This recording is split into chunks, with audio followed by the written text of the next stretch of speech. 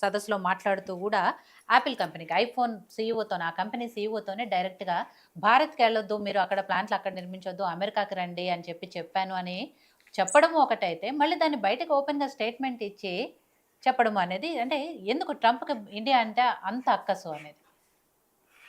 ఇప్పుడు నీవెవరో తెలియాలి, నీవు ఎలాంటి వాడో తెలియాలి అంటే, నీ స్నేహితుడిని చూస్తే చాలు అనేటువంటిది ఒక సామెత. హ్మ్. మరి ట్రంప్ నా జిగిని దోస్తు, నా భాగస్వామి అని చెప్పుకున్నటువంటి నరేంద్ర మోడీ గారు ఆయనే నోరు విప్పి చెప్పాలి. ఏమిటి నీ ట్రంప్, నీ జిగిని దోస్తు ఇలాంటి వాడా? ఇలాంటి వాడిన అబ్‌కీ బార్ ట్రంప్ సర్కార్ అని చెప్పేసి పిలిపించావు అని చెప్పేసి సమాధానం సంజాయిషి చెప్పాల్సిన బాధ్యత నరేంద్ర మోడీ గారు. భారత విదేశాంగ నీతి ప్రకారం, విధానం ప్రకారం ఒక దేశ మరొక దేశ ఎన్నికల్లో ఒక దేశ ప్రధాని వెళ్ళి ఫలానా వెంకయ్యకో పుల్లయ్యకో మీరు ఓటేయండి అని చెప్పడం అనేటువంటిది ఏ రాజనీతి, ఏ విశ్వగురువు, ఏ విధమైనటువంటి లొంగుబాటు తప్ప, ట్రంప్ అనేటువంటి ఒక పిచ్చివాడికి లొంగుబాటు తప్ప ఎవరైనా ఏ ప్రపంచంలో ఏ ప్రధానమంత్రి అయినా కానీ అమెరికా కావచ్చు లేదా రష్యా కావచ్చు ఇంకొక దేశంలో ఎన్నికలు జరుగుతూ ఉంటే ఒక అభ్యర్థిని పట్టుకొని వాడిని గెలిపించమని చెప్పినటువంటి ప్రధానమంత్రి ఎవరైనా ఉన్నారా? దేశ ప్రపంచంలో ఎవరినైనా చూపించమనండి. అటువంటి దేశ పరువు తీసినటువంటి నరేంద్ర మోడీ గారు జాతికి ఏమైనా క్షమాపణ చెప్పారా? నేను చేసిన పొరపాటే అని. ఇంతవరకు నేను చేసిన పొరపాటు, ట్రంప్ను గెలిపించమంటాం పొరపాటు అని చెప్పేసి అప్పుడు చెప్పలేదు.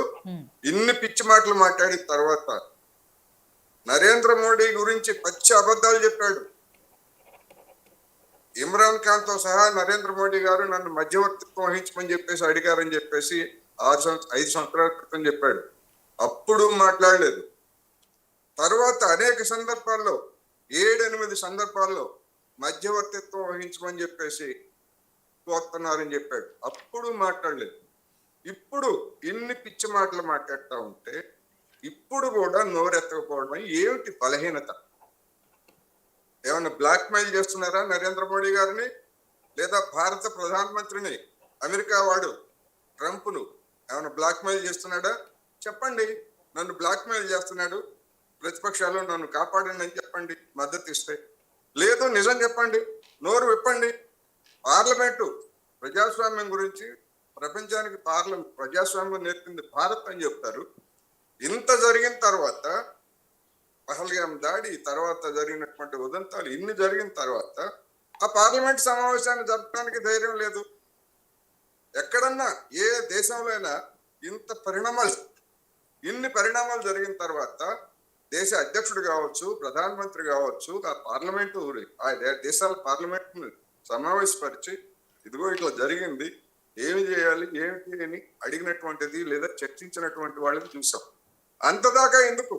పాకిస్తాన్ వాడు కూడా పార్లమెంట్ సమావేశాలు జరిపాడు కదా.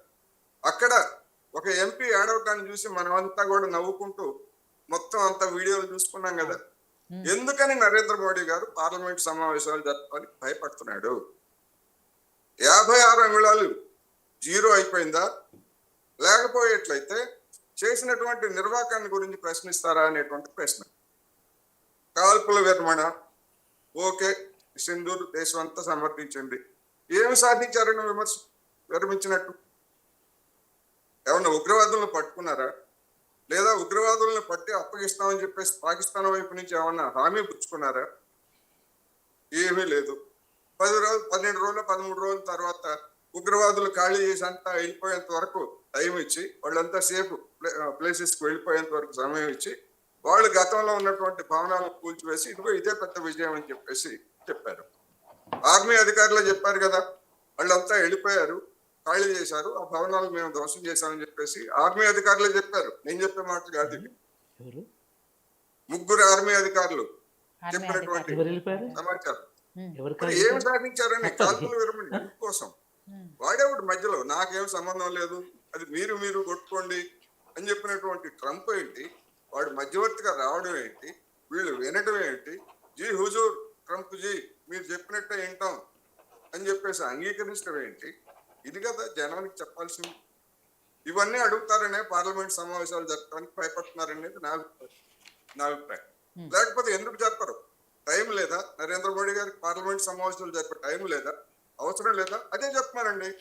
ఇదంతా చాలా చిన్న విషయం, ఇది దీని గురించి మనం చర్చించాల్సింది ఏం లేదు అని చెప్పేసి చెప్పమానండి. మరి ఏంటి ప్రజాస్వామ్యం ఏమిటి? మరి దేశానికి బాధ్యత, జవాబుదారీతనం అంటే ఏమిటి? వీటన్నిటికీ సమాధానం చెప్పాలా లేదా?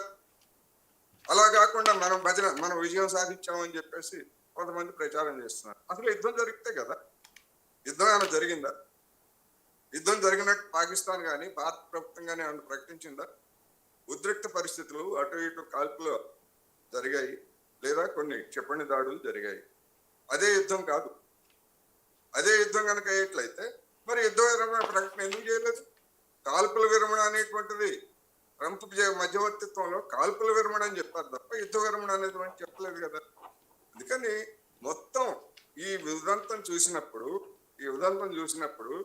గతంలో జవహర్లాల్ నెహ్రూ గారట అప్పుడు మొత్తంగా కాశ్మీర్ను ఆక్రమించకుండా చారిత్రాత్మక తప్పిదం చేశారు అని చెప్పేసి ఇప్పటికీ దెప్పుతూనే ఉంటారు. ఓకే, కాసేపు అంగీకరిద్దాం. ఆ రోజు ఎందుకు అట్లా చేశారు, ఆ రోజు మిలిటరీ అధికారులు ఏమి సలహా ఇచ్చారు, ఏం జరిగిందనేటువంటి చరిత్రలో ఉంది. ఇప్పుడు పివి నరసింహారావు ప్రధానమంత్రిగా ఉండగానే పాక్ ఆక్రమిత కాశ్మీర్ ను భారత్ లో విలీనం చేయాలని చెప్పేసి పార్లమెంట్ ఏకంగా తీర్మానం చేసింది. నరేంద్ర మోడీ గారికి ఆ తీర్మానంతో పని లేదు. ఆల్రెడీ ఒక తీర్మానం ఉంది. ఒక మంచి అవకాశం వచ్చింది. ఎందుకని ఇప్పుడు ఆ అవకాశాన్ని వినియోగించుకోకుండా కాల్పుల విరమణ పేరుతోటి ఉగ్రవాదులను పట్టుకున్నారా అంటే అది లేదు, ఉగ్రవాదులను అప్పగిస్తారా అనేటువంటి హామీ పొందారా అంటే అది లేదు. మరి ఏమి సాధించినట్టు? ఎందుకు ఇట్లాంటి అవకాశాన్ని ఎందుకు వదులుకున్నట్టు? నాకు సమాధానం చెప్పక్కర్లే. ప్రశ్నించేటువంటి జనం ఉన్నారు, ఆ జనానికి సమాధానం చెప్పమండి. పార్లమెంట్ లో నోరు విప్పమనండి. ఇదే నేను చెప్పాను. సో రామరెడ్డి గారు, ఎప్పుడైతే భారత ప్రభుత్వము ఆపరేషన్ సింధూర్ చేపట్టిందో నిజంగా భారతీయులందరూ, ప్రతి ఒక్క పౌరుడు, కులాలకు, మతాలకు, రాజకీయాలకు అతీతంగా కూడా భారత ప్రభుత్వం వెనుక నుంచున్నారు, సమర్థించారు.